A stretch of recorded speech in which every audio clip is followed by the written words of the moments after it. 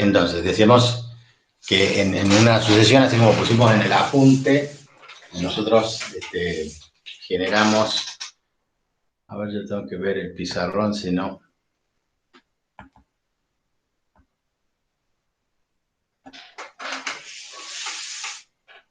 Sí, hablamos de una sucesión y la designamos con A sub n, ¿sí? Y hablamos de A sub 1, A sub 2, A sub 3.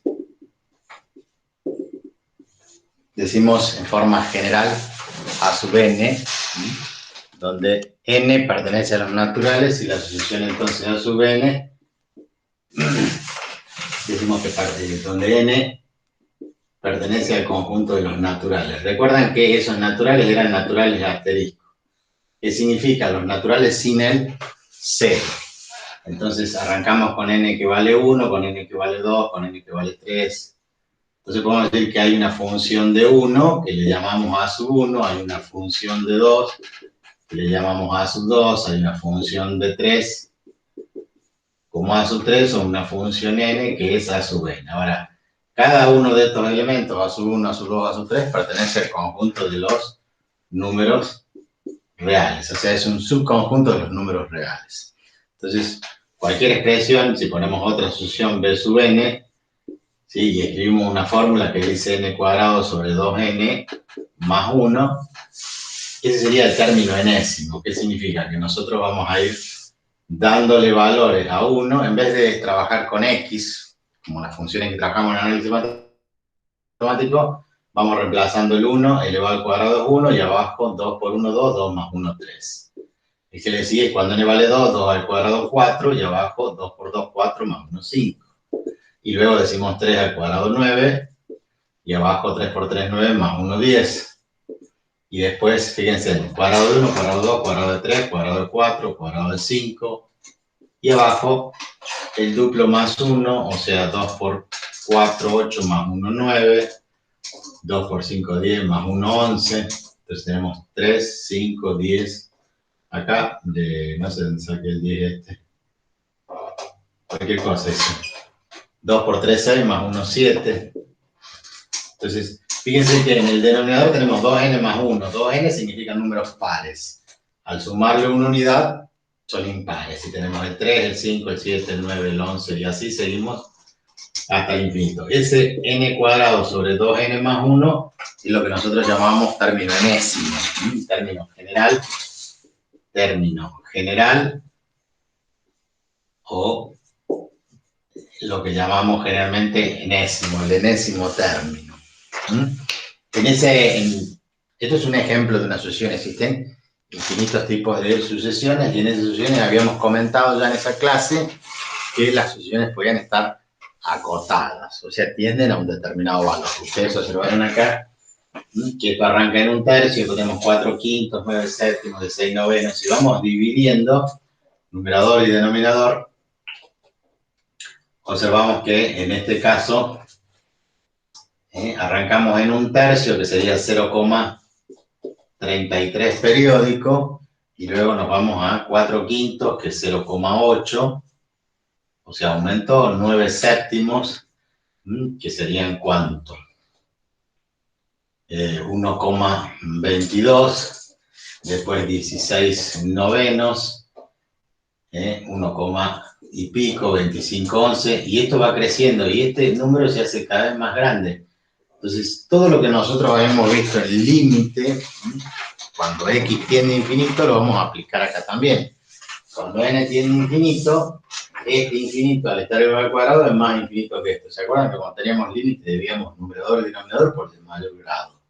Entonces, nos quedaba 0 en el denominador y algo sobre 0 tendía a infinito. Cuando el de mayor grado estaba en el numerador, daba infinito. Cuando el de mayor grado estaba en el denominador, daba 0. Entonces, esto es una sucesión que tiende a infinito. Entonces, está acotada, sí, está acotada inferiormente, porque este sería la cota, esa cota que es un tercio, hacia más infinito. Existen entonces infinitas cotas inferiores a un tercio. La mayor de las cotas inferiores, ¿sí? Eso es lo que llamamos ínfimo, y en este caso no tiene supremo, no tiene el valor supremo. ¿Qué otra cosa habíamos visto? Que las podían estar acotados inferior y superiormente, que al valor al que tendían, en algunos casos las sucesiones, cuando tendía un valor finito, ese número era un punto de aglomeración o un punto de acumulación, según pertenezca o no pertenezca al conjunto de puntos. ¿Qué otra cosa habíamos visto? Bueno, el punto, ¿se acuerda que el punto es la misma definición que veíamos en el límite, ¿no? Cuando vimos conjuntos acotados al principio, ¿sí? Que el punto de acumulación era un punto que estaba dentro de un entorno y el punto de acumulación de un entorno reducido. Es decir, que si el último punto no pertenece o si generamos un entorno y en ese entorno la diferencia entre el entorno y el entorno reducido era que en el entorno reducido el centro no pertenecía. Por eso lo llamamos punto de acumulación. ¿Qué más habíamos visto? Bueno, el límite de sucesiones, cuando el límite, antes tomamos límite cuando x tiende a infinito, ahora el límite cuando n tiende a infinito, y ahí nos fijamos, si ese límite nos daba un valor finito, estábamos en una sucesión convergente. Si el límite nos daba infinito, estábamos en una sucesión divergente, con la misma definición del límite, nada más que cambiamos el n por el x. Donde había x, ahora ponemos un n y representa exactamente lo mismo. La misma definición que habíamos dado del límite. Ya dijimos entonces convergente o divergente. En el límite cuando n tiende a infinito, tenemos dos posibilidades. El límite cuando n tiende a infinito de una sucesión a sub n, tenemos dos opciones. Nos daba un valor finito o nos daba un valor infinito. Si era finito, era convergente. Habíamos hablado de esa palabra, si era infinito, era divergente. ¿Qué significaba que era divergente? ¿Se acuerdan? Converger hacia un valor o diverger, o sea, tender a infinito, eran los dos tipos de sucesiones. Y había una tercera opción, algunos autores nos dicen que es una tercera opción, que son las oscilantes. Aquellas sucesiones que van y vienen, decimos, pero en realidad ahí en el ejemplo, en el apunte, nosotros tenemos algunas sucesiones, a ver, déjenme ver acá en la cámara. Hemos puesto alguna sucesión que decía 2, 4, 2, 4, y así sucesivamente. O podríamos decir menos 1, 2, menos 1, 2, menos 1, 2. Entonces, ese tipo de sucesiones eran oscilantes, van y vienen, van y vienen. Y algunos autores directamente dicen que las oscilantes son divergentes, porque no convergen a un cierto valor. Eso es una...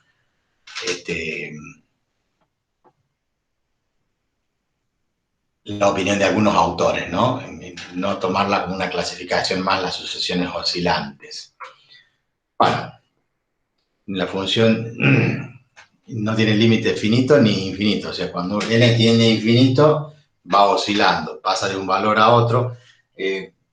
Algunos por error creen que cuando es oscilante tiene que ser de negativo a positivo, de positivo a negativo no.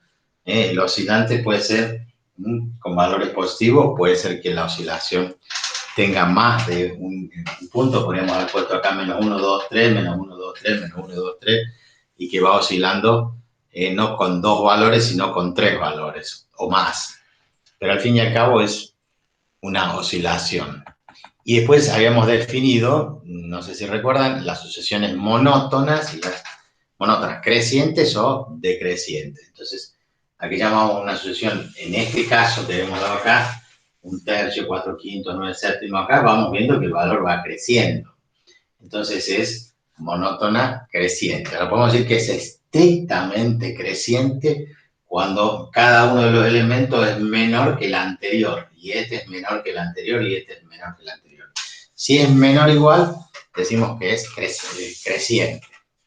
Ahora, si es menor solamente, decimos que es estrictamente creciente. Y lo mismo en forma decreciente, ¿no? Si lo tuviéramos escrito al revés, sería estrictamente decreciente, ¿sí? Cuando es decreciente, y bueno, cuando el valor que está a la izquierda es mayor que el valor que está a la derecha, y así sucesivamente. Esa es otra de las clasificaciones dentro de las sucesiones crecientes y decrecientes. Después habíamos dado un teorema. A ver si estoy buscando en el apunte.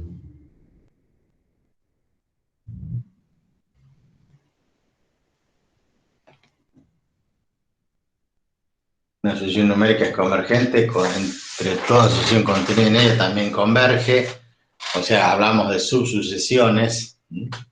Dentro de los naturales están los pares. Entonces, o dentro de los naturales están los impares. Entonces, los pares o los impares son una subsucesión.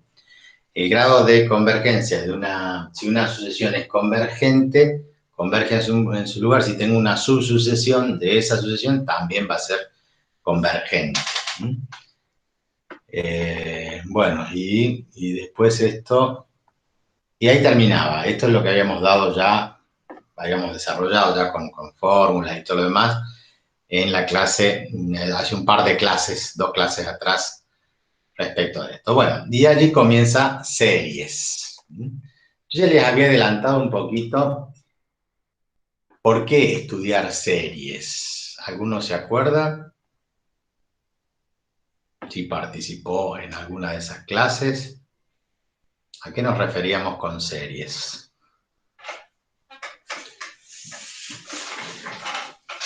¿Por qué tenían que aprender series ustedes?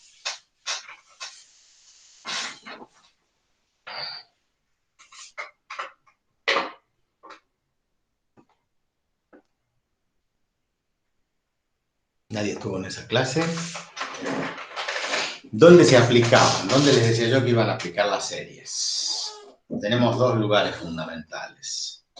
Algo que es intramatemático y algo que no es intramatemático.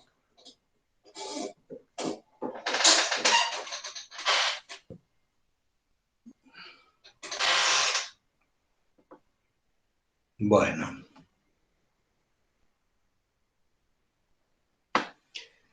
¿Qué es lo que les decía yo en esa oportunidad? Cuando, en lo que refiere a lo intramatemático, nosotros estudiamos serie y esto nos da pie a enseñar después integral definida. Que lo próximo que vamos a ver es integral indefinida y después integral definida. Entonces, ¿qué es una integral definida? Bueno, es una serie. La serie habíamos definido antes de irnos que es la suma de los términos de una sucesión. O sea que ahora para una serie lo que hacemos nosotros es sumar los términos de la sucesión. Entonces si yo tengo una serie enésima, lo que voy a hacer es al elemento A sub 1 le voy a sumar el A sub 2, el A sub 3. Vamos a sumar entonces los términos de una serie, eso de una sucesión. La suma de los términos de una sucesión nos define lo que es una serie. Decimos, cuando nosotros veamos integral definida y vamos a recuperar el contenido la aplicación es decir, bueno, nosotros vamos a ir sumando áreas. Se los digo ya como para que podamos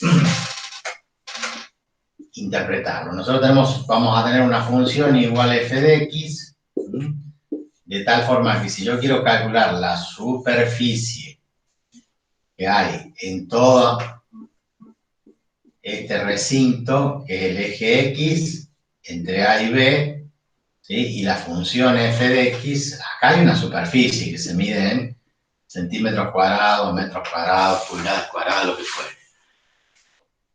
Poder aplicar una serie en una integral va a hacer que nosotros definamos la integral entre A y B de f de x por el diferencial de x. Ustedes ya saben lo que es un diferencial.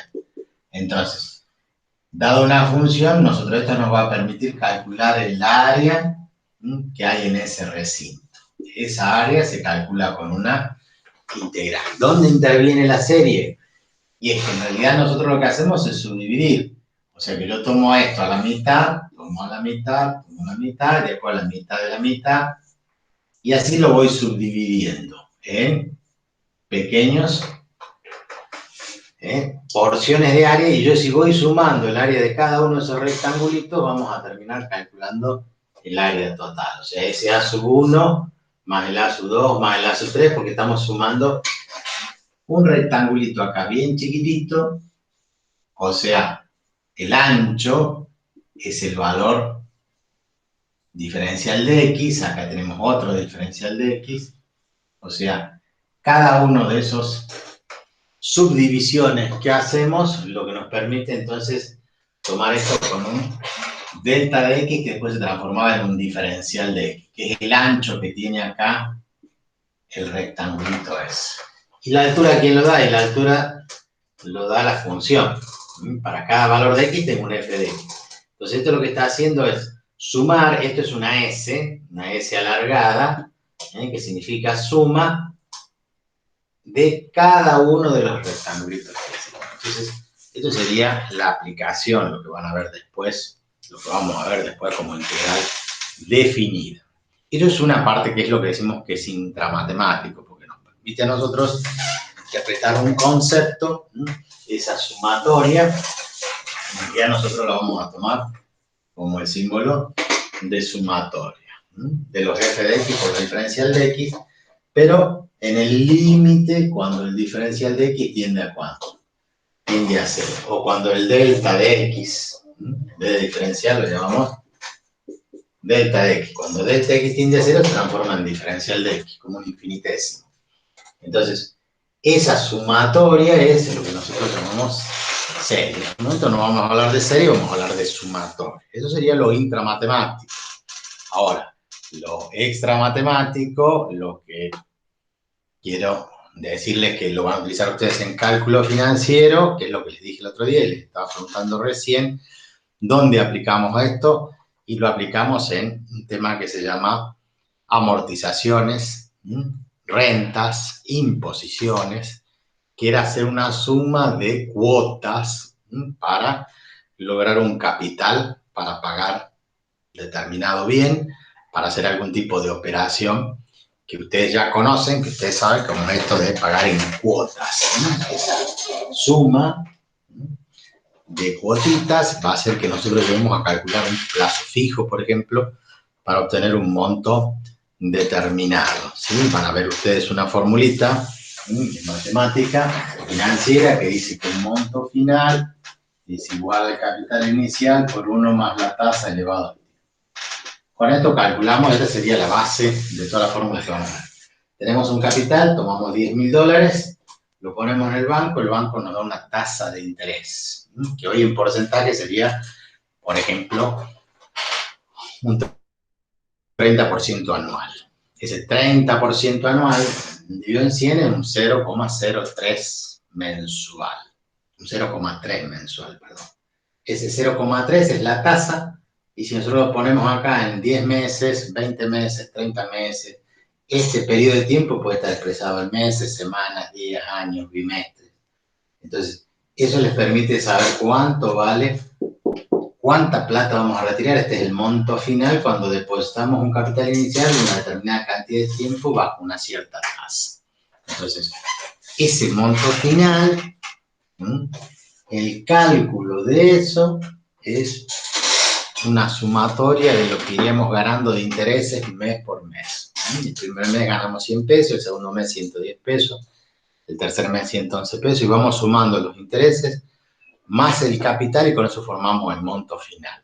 Esto es lo que en realidad ustedes van a aplicar la fórmula, o mejor aún, ahora ustedes van a un banco y el hombre del banco no aplica ninguna fórmula, nada. Entra en una tabla, simula, dice cuánta plata vas a poner, cuánto tiempo, cuánto querés, la tasa del banco, esto es lo que vas a sacar.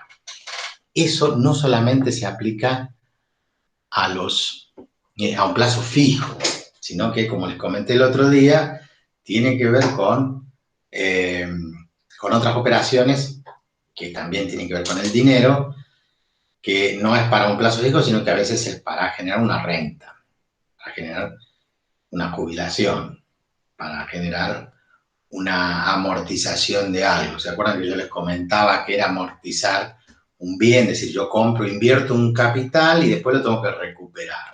¿Cómo hago para recuperar? Bueno, en algo hemos invertido, qué sé yo, puse un negocio, entonces tuve que alquilar, habilitar, pintar, etcétera, etcétera, poner los muebles, los estantes, comprar la mercadería y empezar a vender.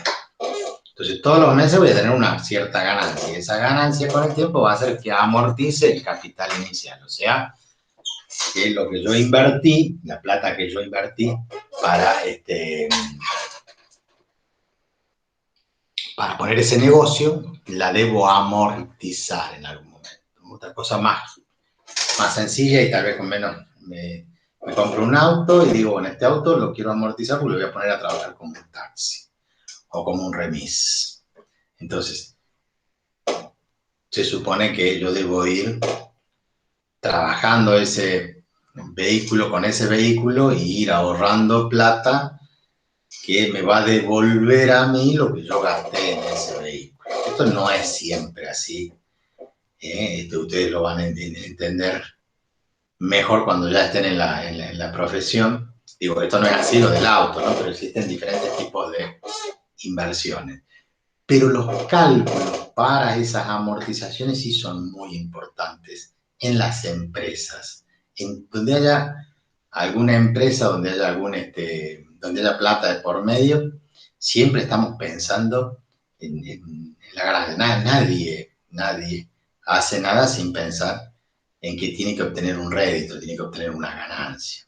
Entonces, la suma de todas esas cuotitas son una imposición, por ejemplo, una amortización. Una cosa es recuperar la plata gastada, otra cosa es ahorrar y juntar, que se llama imposición, para el futuro. Yo les comentaba algo que hacen los yanquis, no sé si los yanquis solos, pero nosotros porque lo vemos en las películas, que nace una criatura y esta gente ya abre una cuenta en el banco y dice, esto es para la universidad del niño. Si ya están pensando, cuando nace, van depositando igual que nosotros los argentinos.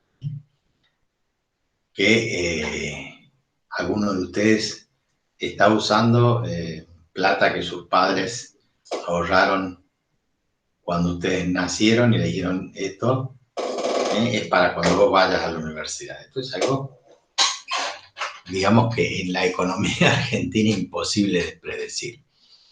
Pero bueno, hay otra gente que sí hace eso, que toma esa previsión. Eso es una imposición, eso es una renta. ¿Qué es lo que hace? Todos los meses va depositando un porcentaje del dinero que le ingresa, que le sobra, y va invirtiendo en los estudios de su hijo. Cosa que cuando cumple los 18 años, cuando entra a la universidad, con la edad que entre, 16, 17, 18, 20 años, entonces dice, bueno, todo este capital es para pagar la universidad. Allí se ha formado un monto que ha sido de ir depositando una cuotita todos los meses. Y eso se va creciendo, eso se va acumulando, va generando intereses y ese dinero sirve después para el pago del estudio de sus hijos. Si ustedes quieren, hoy pueden hacer eso, no sé si por sus hijos, pero por lo que ustedes quieran. Y si empezar el trabajo, bueno, yo todos los meses voy a ir guardando, así como guardamos una alcancía.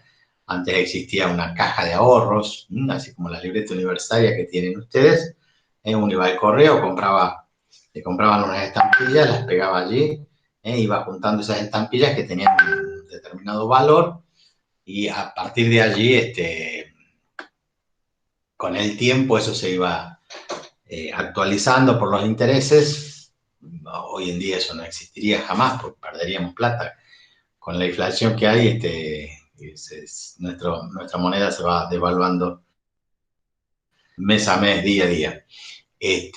Pero bueno, de esa forma se juntaba dinero. Eso tiene que ver con el desarrollo de las series, a partir de la suma de capitales, a su 1 más a su 2 más a su 3 más a su n, serían cada una de las cuotitas mes a mes que vamos depositando en un banco. O sea, esto es lo que van a aplicar ustedes en el cálculo financiero, en la matemática financiera. Van a obtener ustedes entonces un resumen que va a ser una fórmula. Como les dije recién, van a pasar automáticamente una tabla, no van a desarrollar todo esto, pero sepan que viene de aplicar este concepto de series y sucesiones. Bueno, ahí en el apunte habla de una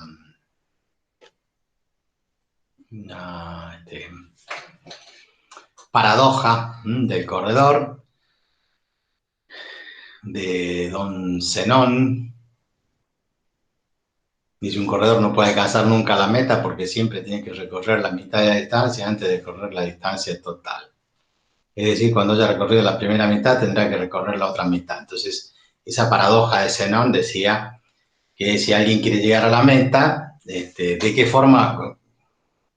No de qué forma, decía, nunca va a llegar a la meta si tiene que ir de acá a la esquina, si el concepto que tiene que utilizar para recorrer esa distancia es, tengo que recorrer la mitad de la distancia de lo que falta. O sea que si yo tengo que llegar a la esquina, tengo que recorrer media cuadra. Después de esa media cuadra que me queda, tengo que recorrer la mitad. O sea, recorro un cuarto más, después la mitad, recorro un octavo más, después la mitad, un 16, un 32, un 64, un 128. Y así cada vez van a ser más chiquititas las distancias, pero nunca va a llegar al extremo, ¿no? Esa fue la famosa paradoja de Zenón, que se desechó recién allá en el año 2000, donde esa suma en función del tiempo que tardaría, si tarda un segundo por cada mitad que recorre, la suma de t sobre 2 más t sobre 4 más, en la serie finita da un valor finito y se puede calcular a través de una serie. Bueno, eso lo vamos a trabajar más adelante. Entonces, ¿qué es una serie numérica? Como dijimos recién, es la sumatoria de los términos de una sucesión. O sea que podemos expresar acá como la sumatoria de los a sub n con n que va desde 1 hasta otro subíndice, a sub i o como fuera, pero ahí lo que vamos haciendo, n vale 1, entonces va a ser a sub 1 más n que vale 2, más a sub 2, más a sub 3, hasta un valor más a sub n. Esa sería la forma simbólica de representar una sumatoria. Ustedes saben que eso es una letra griega, ahí está mal expresada, no es una M, sino en realidad es de esta forma. Esa es la letra sigma, sigma mayúscula, y eso es lo que es una serie numérica. Entonces, la serie es la suma de los términos de una sucesión. Sería una suma de infinitos sumando, pero en realidad nosotros vamos a tomar un número finito. Vamos a ir sumando a sub 1. Si nosotros tenemos S sub n, estamos simbolizando la suma de n números. Podemos sumar 3, entonces la suma de los 3 primeros términos. Podemos sumar 4, 5, hasta decir la suma enésima. Entonces, a cada una de esas le vamos a llamar subsuma, que sería sumas parciales. Entonces, podemos considerar las sumas parciales, S1, vamos a borrar esto.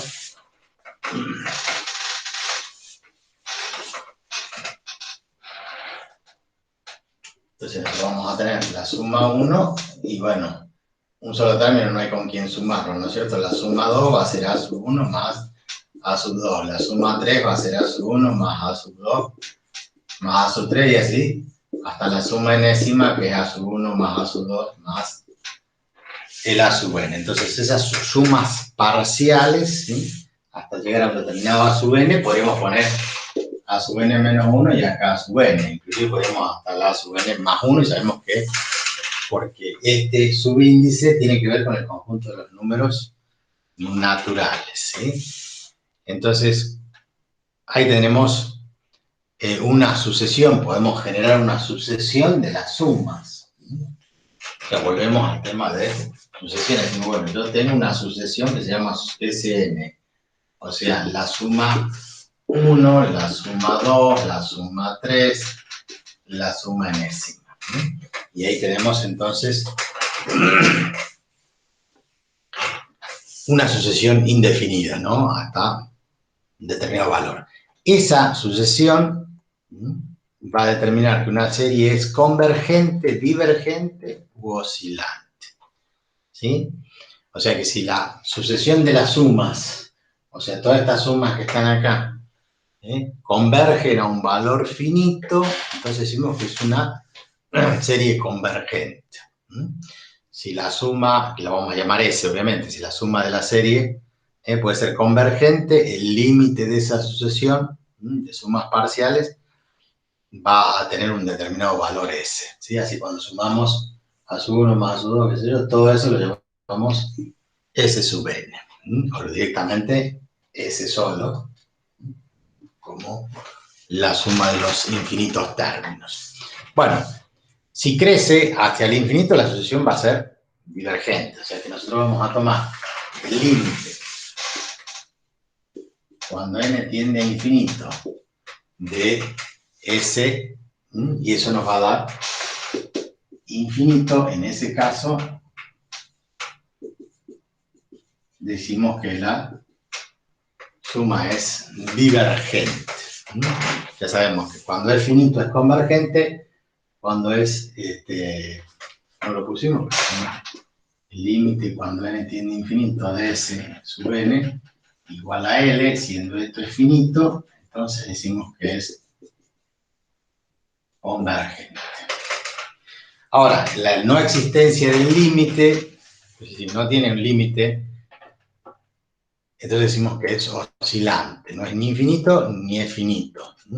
Oscila, va de un valor a otro valor, entonces esa suma decimos que es, esa serie, perdón, decimos que es oscilante. Bien, lo ponemos, si no existe,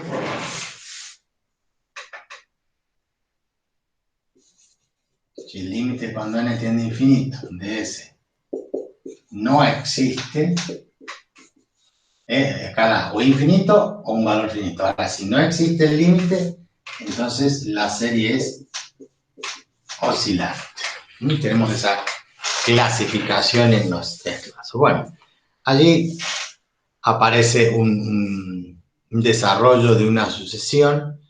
Vamos a ver, vamos a ejemplificarla acá. Una sucesión A sub n que toma los elementos, vamos a poner el genérico. El genérico dice 1 sobre n por n más 1. Esto sería como un ejercicio. Si es una sucesión, no una serie, estamos hablando de una sucesión, ¿cómo serían los términos de esa sucesión? Entonces veamos, si nosotros vamos reemplazando los términos de A sub n, van a ser igual. Si n vale 1, 1 más 1, 2, 2 por 1, o sea que sería 1 sobre 1 por 2. El siguiente término sería 1 sobre n que vale 2 por 2 más 1, 3. El siguiente término sería 1 sobre 3 por 4. ¿Por qué? Porque este es 1 más 1, 2, 2, 3, 3, 4 y así 4, 5. ¿Sí? 1 sobre 5, 6, 5 por 6 y así sucesivamente, hasta llegar al 1 sobre n. Pero en realidad nosotros podríamos decir, bueno, esto es un medio, esto es un sexto, esto es un doceavos, el otro es un veinteavos y después un treintaavos y sigue creciendo. Un medio, un sexto, un doce, sigue creciendo el denominador. En realidad los términos de la sucesión son cada vez más pequeños, porque esto es 0,5, esto es 0,16, esto es 0,083, esto es 0,05, después 0,03333, y así va ese número cada vez haciéndose más pequeño. Ahora, ¿qué pasa cuando sumamos todos esos términos? Cuando sumamos estos términos tenemos que ver si la suma esa de los términos de la sucesión convergen o divergen o es oscilante, si hay una variación de positivo a negativo. Esa es la idea. Entonces, fíjense, ¿qué es lo que hace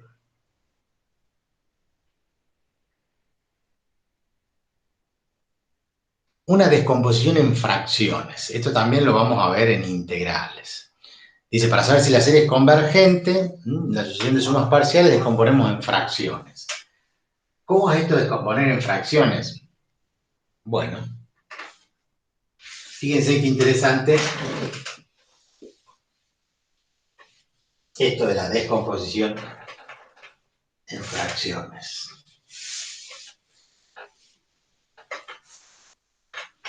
Y nosotros vamos a tomar este elemento, que es 1 sobre n por 1 sobre n más 1,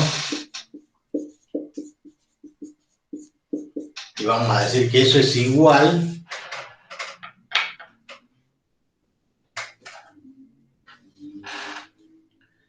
a 1 sobre n menos 1 sobre n más 1. Siempre se puede descomponer en esa recta. De hecho, será cierto. Digo, usted tome cualquier ejemplo. Si tengo 1 sobre 4 por 5, 1 sobre 4 por 5, esto es lo mismo que tener un cuarto menos un quinto. Eso significa que en este caso el común denominador es un veinteavos. Entonces 20 dividido en 4, 5. Por 1 es 5. Tenemos 20 dividido en 4, 5, por 1, 5, menos 20 dividido en 5, 4, por 1, 4. Entonces 5 menos 4 es 1 sobre 20, que es 1 sobre 4 por 5, 1 sobre 20. Y así tomen el valor que tomen. Si usted tiene 5 y 6, 5 por 6, 30, arriba le va a quedar 6 menos 5, que es 1 sobre 30. Entonces cualquiera de los términos de esa sucesión se pueden restar entonces de esa forma. Yo no sé con qué marcador escribir. Entonces, esto que está acá, que era 1 sobre 1 medio, entonces se puede escribir como 1 menos 1 medio. 1 menos 1 medio es 1 medio, que 1 por 2, 2. El otro término, que es 1 sobre 2 tercios, ahora vamos a sumarlos, ¿no? Vamos a obtener la serie. Entonces, este 1 sobre, que lo que sería un sexto, nosotros lo podemos descomponer en ¿quién? Y 1 medio menos 1 tercio. Más, este lo podemos descomponer en 1 cuarto, perdón, 1 tercio menos 1 cuarto. Más, y después tenemos 1 cuarto menos 1 quinto. Fíjense que hemos podido hacer qué cosa, descomponer, ¿sí? el 1 medio en 1 menos 1 medio, el 1 sexto en 1 medio menos 1 tercio, el 1 doceavo en 1 tercio menos 1 cuarto. Y así seguimos hasta el infinito, hasta el término enésimo, que sería entonces más 1 sobre n menos 1 sobre n más 1, que sería el término enésimo. Ahora fíjense lo interesante de esto. Hemos ido logrando descomponer cada uno de los términos, y entonces cuando nosotros estemos haciendo esta suma, menos 1 medio más 1 medio se va a cancelar, el menos 1 tercio más 1 tercio se va a cancelar, el menos 1 cuarto más 1 cuarto, y así sucesivamente. Y va a quedar ¿qué cosa en ese desarrollo? Solamente este primer elemento, que es el 1, más el que se simplifica el 1 sobre n, entonces me va a quedar menos 1 sobre n más 1.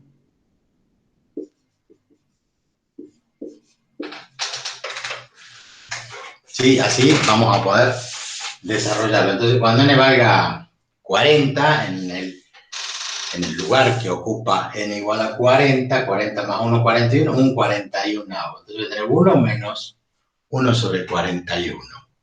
Que eso va a ser un valor finito hasta el valor enésimo que yo quiera sumar. El resultado, cuando n tienda a infinito, infinito más 1 es infinito, y 1 sobre infinito es 0. Y 1 menos 0 es 1, o sea que la suma va a tender al valor 1. Entonces, vamos a escribir que el límite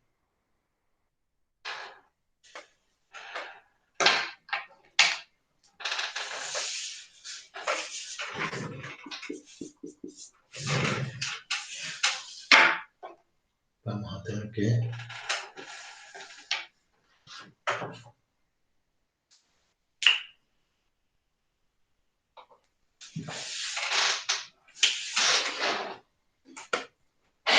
¿qué marcador escribe?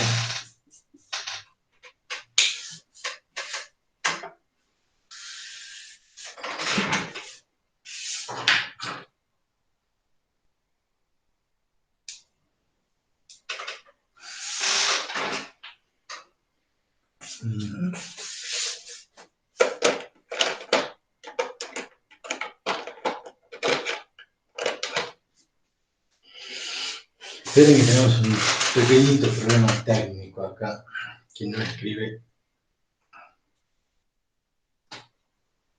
ningún marcador.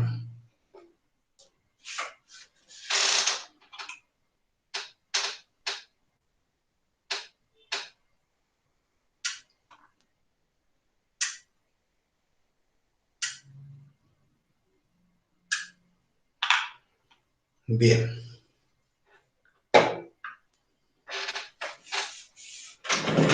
Entonces, como decíamos ayer, si nosotros escribimos el límite cuando n tiende a infinito de la suma enésima, lo que tenemos como resultado de ese límite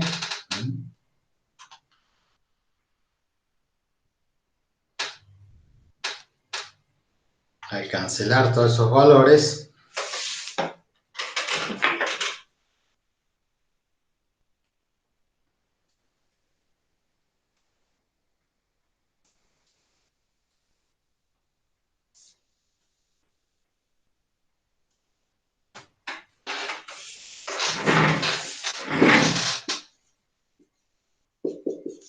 vamos a tener igual al límite cuando n tiende a infinito, dijimos de 1 menos 1 sobre n más 1. Cuando n tendía a infinito, entonces infinito más 1 es infinito, 1 sobre infinito es 0 y 1 menos 0 es 1. Dicen que la suma de los términos de esa sucesión tiende a 1. Por lo tanto, la serie es convergente y su suma es 1. Esto sería un ejemplo, un método, una forma de poder saber si una suma es convergente, donde se ha aplicado un proceso algebraico que nos permite determinar la supresión de todos esos términos para llegar a ese valor. Ahora, si la sucesión son los números naturales, ustedes saben que es divergente, o sea, la suma da infinito.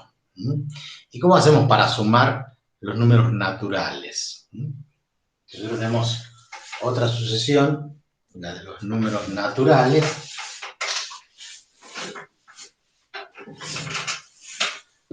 Nosotros tenemos, por ejemplo, la sumatoria, allí dice B, la sumatoria de B sub n, como 1 más 2 más 3 más 4, hasta el término enésimo. Entonces, ¿cuánto da la suma esa? Dice que en el límite, cuando n tiende a infinito, y bueno, la suma da infinito, todos entendemos que es infinito. Ahora, la suma enésima no es infinita si nosotros determinamos hasta un cierto valor de n. Entonces, sumamos los primeros 10 números, los primeros 20 números, los primeros 100 números, 1000 números, y alguien descubrió que el desarrollo es n por n más 1 sobre 2. ¿Alguien me puede decir cómo sacó esto?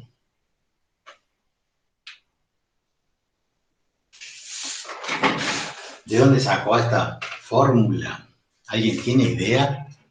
Si es que están ahí. ¿Cómo creen ustedes que alguien llegó a ese número? Que es n por n más 1 sobre 2.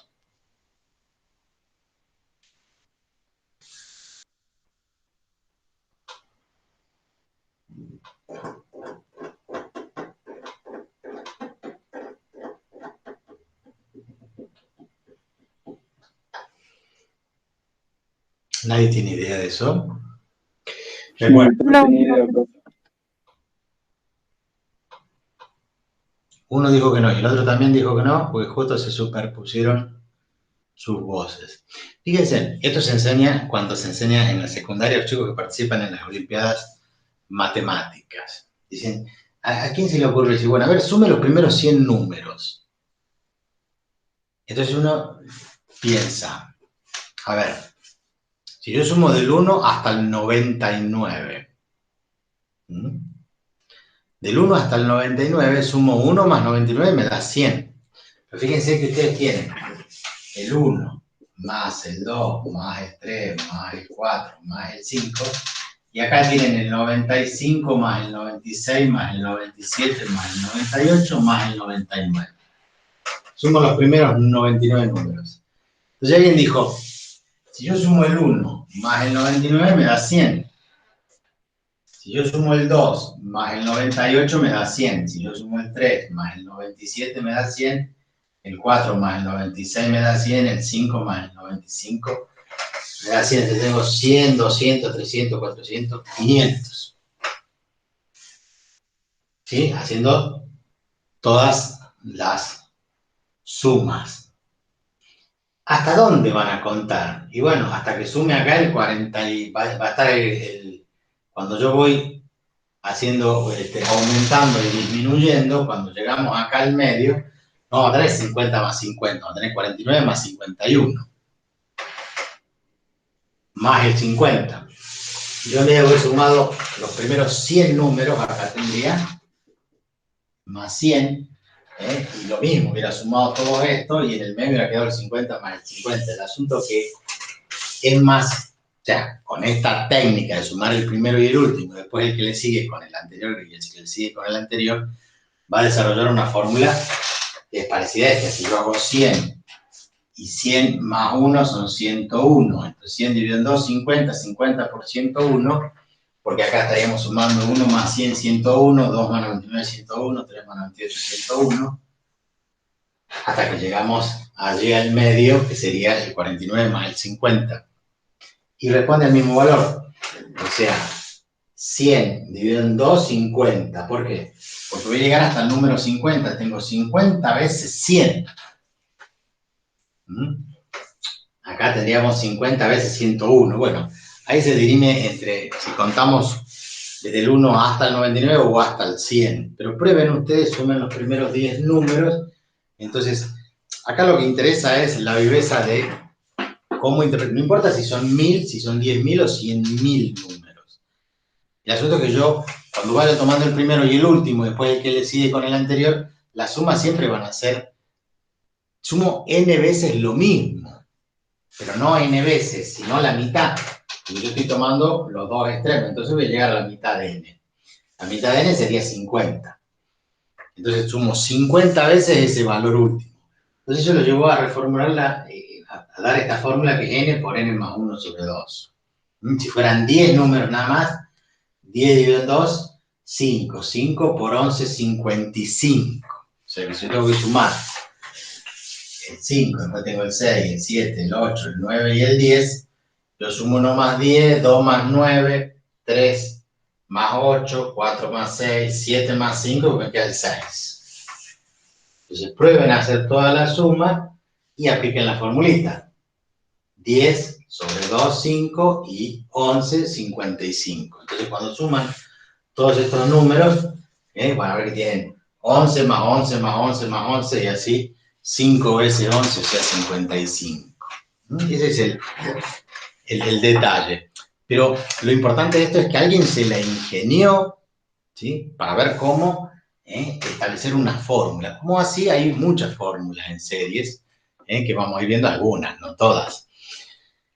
Algunas conocidas que nos permiten a nosotros definir, en base a esas sumas, ¿sí?, las series son convergentes o divergentes, por un criterio que se llama criterio de comparación. Criterio de comparación, ¿qué significa?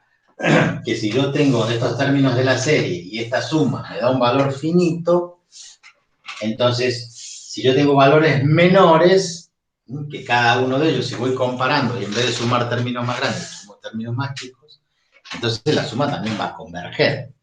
O, si la suma de todos estos términos diverge, o sea, la suma tiende a infinito, y yo tengo otra serie parecida, pero con términos más grandes, entonces la serie también va a diverger. ¿Se entiende lo que digo o estoy hablando en el aire? Eso se llama por comparación, pero ya lo vamos a ver con ejemplos y todo. Bueno, dentro del apunte tienen después lo que son las oscilantes y verificar que en una oscilante la suma puede variar. Allí plantean una sucesión oscilante con 2 y menos 2. A ver si estamos acá en el... Plantea C sub n con 2 menos 2, 2 menos 2, 2 menos 2. Entonces, cuando aplicamos la sucesión, la sumatoria de los C sub n, Entonces vamos a hacer 2 más, va a ser la sumatoria. Es 2 menos 2 más 2 menos 2. Entonces esa sumatoria, haciendo 2 más menos 2 más 2 más menos 2, dependiendo de cuántos términos sume yo, si yo me planto acá en n igual a 2, voy a hacer 2 menos 2, 0. Pero si yo me planto acá, me va a quedar, y esto se cancela y me da 2. ¿Me va a dar 0 o me va a dar 2? Cuando n tiene infinito, el infinito no es par ni impar. O sea, no sabemos.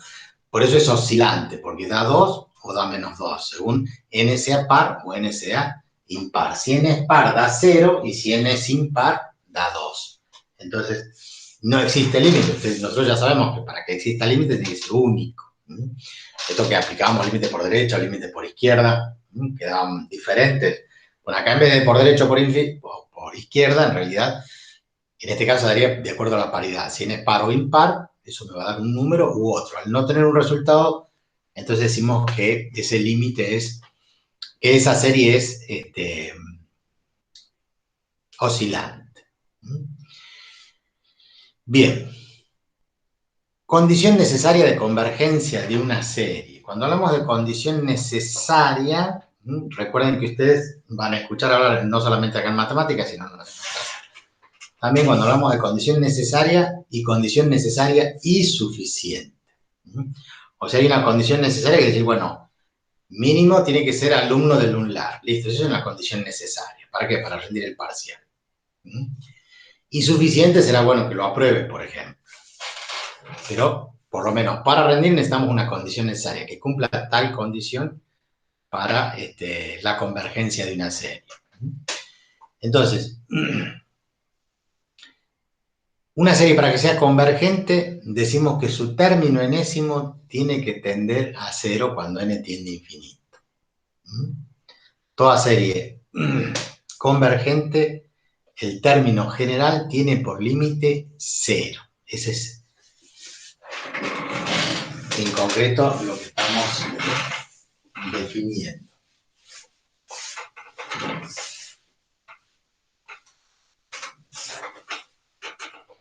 Entonces, el título es condición necesaria de convergencia de una serie. Condición necesaria de convergencia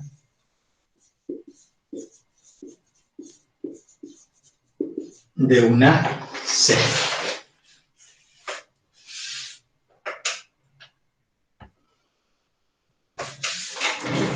Vamos a levantar un poquito el pizarrón. Estoy escribiendo medio torcido porque estoy sentado. Bien. Entonces, ¿qué dijimos? Toda serie convergente si el término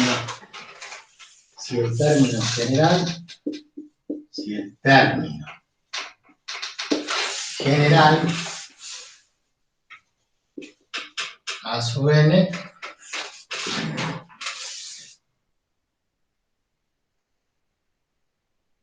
da 0 cuando tiende a infinito. Bueno, esto escrito en palabras sería que el límite cuando n tiende a infinito, ¿de quién? Del término a sub n es igual a 0. Esa es la condición necesaria de convergencia. Necesaria, pero no suficiente. ¿Qué significa? Que vamos a encontrar límites donde da 0. Entonces esa serie puede ser convergente. Ya es una condición necesaria. Si no da 0, ya está, no es convergente. Ahora, si da 0, puede ser convergente. Tenemos que demostrar después que sí es convergente.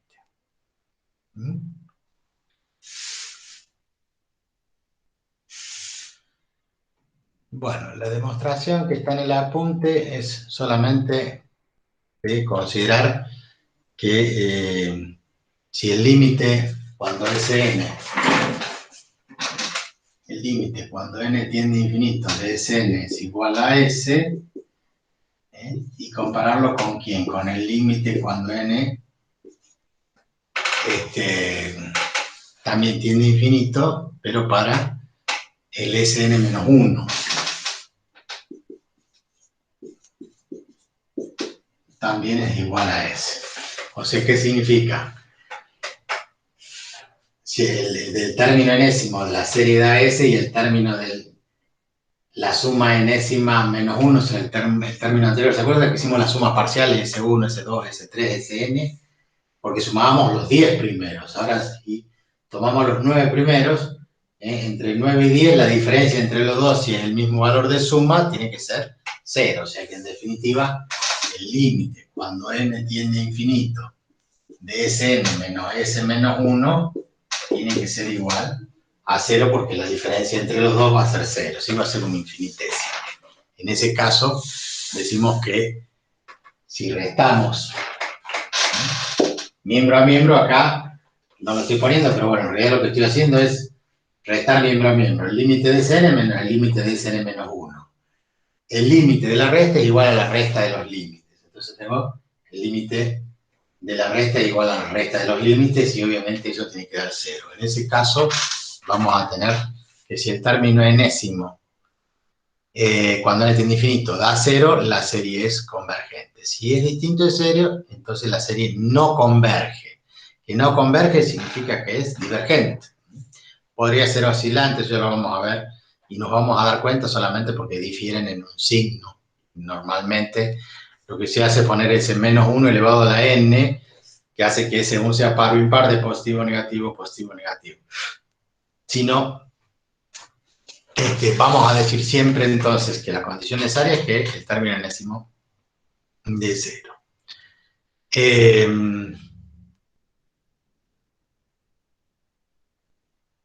Ahí tenemos otro ejemplo, dice sumatoria de sub n, un tercio más un quinto más un séptimo, como ejemplo.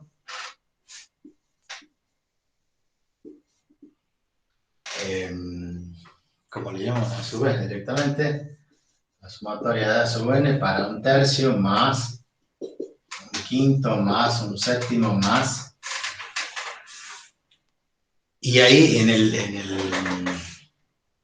está mal. Esto para que vamos corrigiendo el apunte. Dice un tercio más un quinto más un séptimo, pero en definitiva, en la fórmula, ustedes ven el apunte, dice n sobre n más 1. 2n más 1. Si este es 2n más 1 está bien, porque si n vale 1, 2 más 1 es 3. Si n vale 2, 2 por 2, 4 más 1, 5. Pero arriba dice n. Entonces, no es un tercio, es 2 quintos, 3 séptimos, más, etc. Porque n vale 1, n vale 2, n vale 3. O sea que habría que corregir en el apunte, donde dice la sumatoria de sub n, no es un tercio, un quinto, un séptimo, sino un tercio, 2 quintos, 3 séptimos, etc.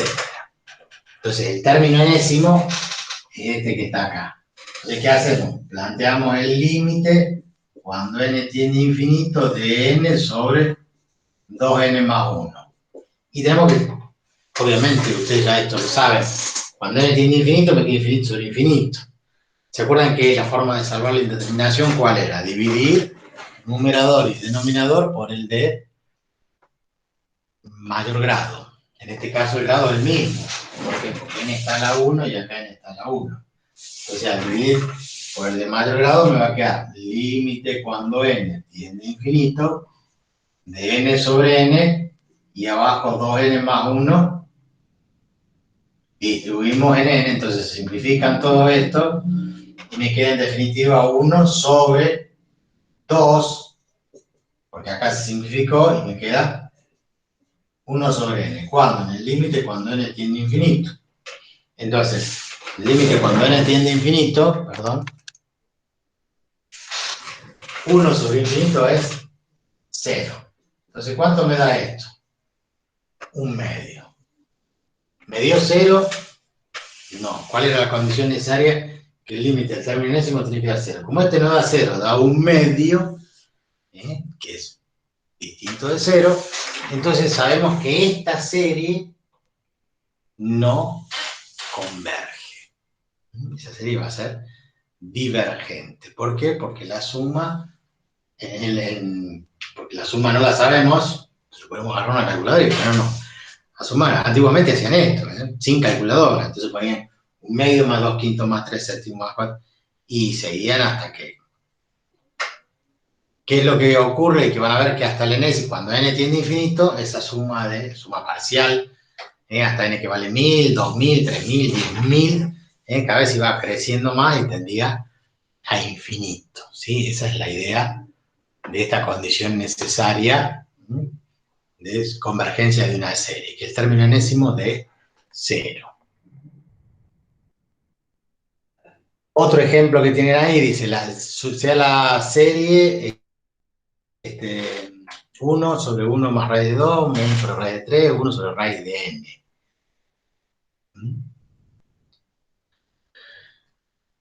Esto es un poquito más largo el desarrollo, pero borramos esto.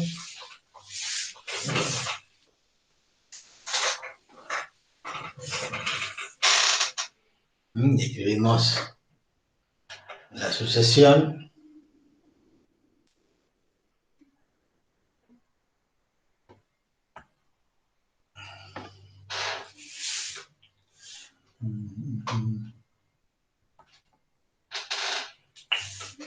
De su n. 1 más 1 sobre la raíz cuadrada de 2 más 1 sobre la raíz cuadrada de 3 más 1 sobre la raíz cuadrada de n. Profe, Sí. ¿puedes subir la cámara que no se ve? Sí, ahí la subimos. Gracias.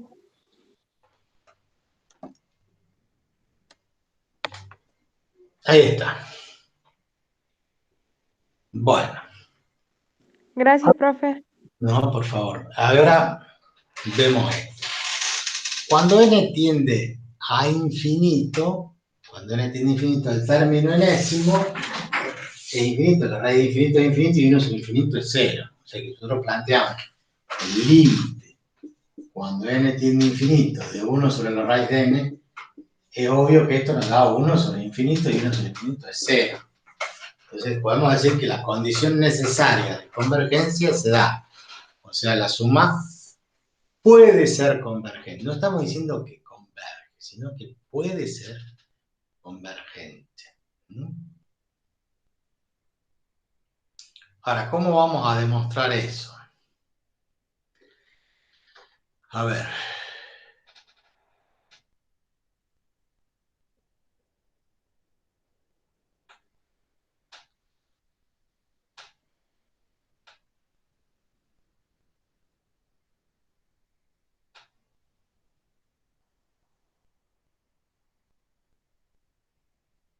Dice allí que Sn es mayor que n sobre la raíz de n. N sobre la raíz de n es raíz de n. Me dicen, ¿por qué? Pues si ustedes toman la raíz de n y la racionalizan, o sea, si lo racionalizan, llegan a esto. Y ustedes saben que si yo tengo n sobre la raíz cuadrada de n, multiplico por raíz de n, divido por raíz de n, arriba me queda n por raíz de n y abajo raíz de n por raíz de n, raíz de n cuadrada. Ahora con este se va y n con n se va, entonces me queda raíz de n. Entonces, si la suma es mayor que n sobre raíz de n, o sea, la suma es mayor que la raíz de n, la suma enésima, cuando n tiende a infinito, esa suma nos tendría que dar infinito. O sea, en el límite, cuando n tiende a infinito, el límite cuando n tiende a infinito de la raíz de n da infinito. Si n tiende a infinito, la raíz de infinito es infinito. Ahora estamos hablando de n sobre raíz de n, lo mismo que decir, en vez de raíz de n, n sobre raíz de n nos da infinito. Y comparativamente tendríamos otra serie que si tenemos 1 sobre raíz de 1, que sería 1, después 2 sobre raíz de 1, 3 sobre raíz de 1, y así vamos comparando, los términos de la otra sucesión serían mayores que estos. Entonces, la sucesión sería divergente. Fíjense que acá está de manifiesto que la convergencia la condición necesaria, el término enésimo da 0, condición necesaria para que sea convergente, pero no significa que sea convergente. A ver,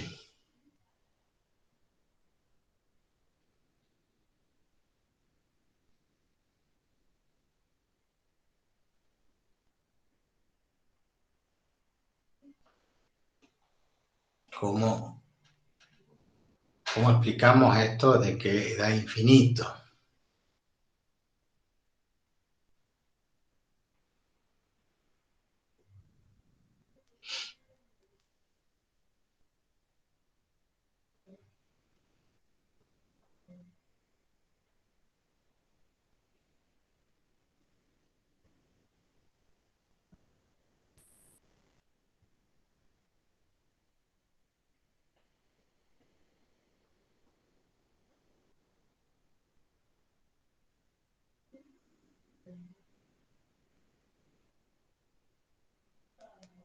Bueno, así, tendríamos que, lo que está en la punta no está muy claro.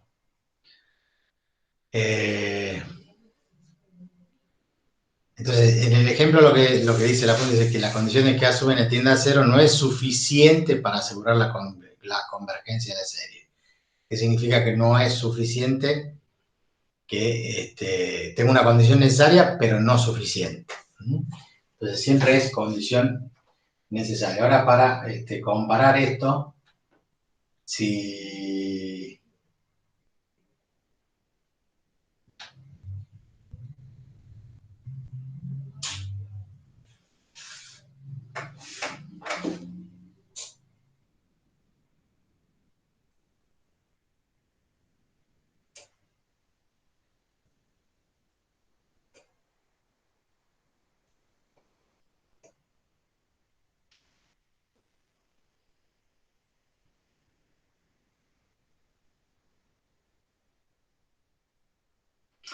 lo que está aplicando allí es este concepto, miren.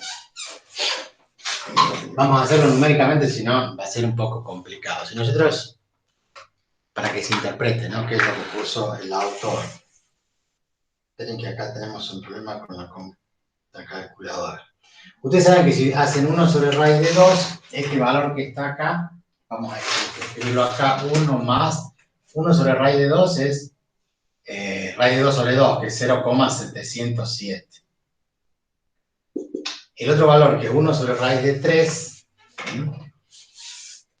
va a ser raíz de 3 sobre 3, que es 0,57. Raíz de 3 dividido en 3, si ustedes observan, el valor nos da 0,577. Después 1 sobre raíz de 4,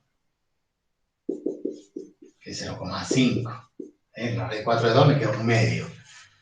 Si ustedes observan, tengo 1 más 0,7 más 0,57 más 0,50 más, y voy a tener raíz de 5 sobre 5. De raíz de 5 dividido en 5, y eso me da 0,44. Como observarán, ¿qué pasa con el número? Cada vez va creciendo, va decreciendo, perdón, ¿sí? Va creciendo el denominador, por lo tanto, el numerador dividido ese valor va haciendo que este valor cada vez vaya siendo menor. Entonces, ¿qué me propone a mí? Me dice, 1 es mayor que 1 sobre la raíz enésima, la raíz de n. Cosa que es cierto, 1 es mayor que cualquiera de estos valores que están ahí atrás. Después dice, el otro valor que le sigue es 0,707, pero 1 sobre raíz de 2 también es mayor que 1 sobre la raíz de n. Y así, cada uno de los términos, al ser menor que el que lo precede, porque esto es una, si tomáramos la sucesión, sería una sucesión decreciente. Entonces, en definitiva, el último valor, que sería 1 sobre raíz de n, ¿sí? Menos 1, el anterior, es mayor que 1 sobre la raíz de n. Entonces, si nosotros sumamos todos estos términos, al sumar todos estos términos, de este lado tengo la suma, que sería b sub n, que sería 1 más 1 sobre raíz de 2 más 1. Pero de este lado voy a sumar ¿cuántas veces? N por 1 sobre raíz de n, porque tengo n veces la suma de estos términos.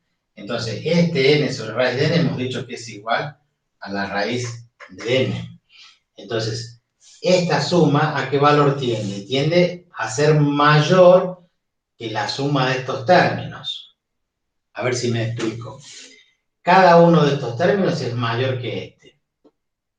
Cuando yo sumo todo esto, es obvio que esto va a ser mayor que esto, que la suma de estos términos. ¿Se entiende lo que digo?